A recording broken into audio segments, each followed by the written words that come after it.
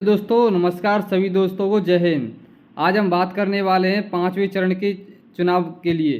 तो आज पाँचवें चरण का जो चुनाव था उसका आज चुनाव प्रचार बंद हो जाएगा, यानी थम जाएगा। और पाँचवें चरण में कई वीआईपी सीटें जैसे अमेठी हो गई और रायबरेली हो गई और भी कई सारी सीटें हैं जो वीआईपी सीट हैं और उन पर कांटे की टक्कर है। सबसे बड़ी सीट अगर पाँचवें चरण की यानी या फिर अब तक की चुनाव में सबसे बड़ी सीट अगर मानी जाए तो वो रायबरेली की सीट है। अब तक की जो चुनाव हुए हैं उन सारी सीटों में सबसे बड़ी सीट जो चुनाव होने के लिए जा रहा है वो रायबरेली की सीट पर चुनाव होने के लिए जा रहा है।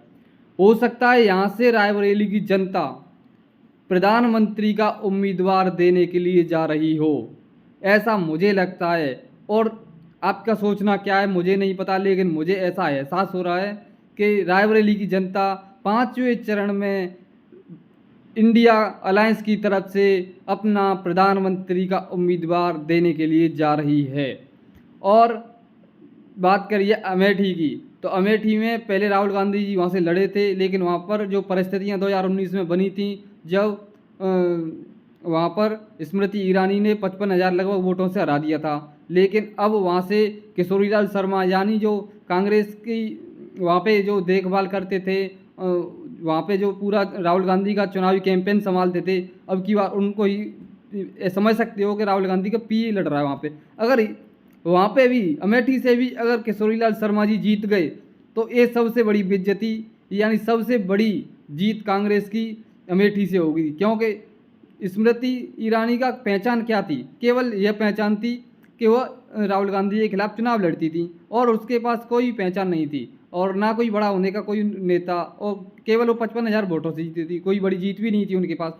लेकिन जो उसकी पहचान थी वो थी कि राहुल गांधी के खिलाफ चुनाव लड़के उसको हरा दिया था, बस ये उसकी पहचान थी। अब की बार कांग्रेस ने दाव चल दिया है कि स्मृति ईरानी के खिलाफ राहुल गांधी को नहीं लड़ाना है और अब की बार उसके खिलाफ राहुल गांधी की पीए को लड़ाना है, यानी किशोरीलाल शर्मा को। अगर वो जीत गए ना तो ये बीजेपी की सबसे बड़ी इंसल्ट होगी और स्मृति ईरानी की सबसे बड़ी इंसल्ट होगी। तो वहाँ पर किशोरीलाल शर्मा ने भी वहाँ पे पूरा दम लगा रखा है और किशोरीलाल शर्मा ने वहाँ पे दम लगा रखा है और वहाँ पर कांग्रेस की तरफ से भी पूरा दम लगा रखा है। प्रियंका गांधी वहाँ पे दम लगा रख पूरी दम से ताकत के साथ वहाँ प्रचार प्रसार कर रही हैं। और लास्ट में देखा जाएगा 4 जून को जीतता तो खैर कौन है, लेकिन कांटे की टक्कर बताई जा रही है वहाँ पे। वैसे जो कल की अखिलेश यादव और राहुल गांधी की जो 2 सभाएं हुई थी, पूरी यूपी का उसने पूरा गेम ही पलट दिया। एक तरीके से आप समझ सकते हो कि पूरा जो 5वें चरण का जो चुनाव था, पूरे 5वें चरण का चुनाव का जो नतीजे थे वही पलट दिए, आप ऐसे समझ सकते हो।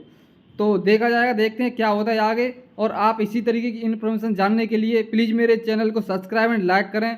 थैंक यू, धन्यवाद दोस्तों, जय हिंद।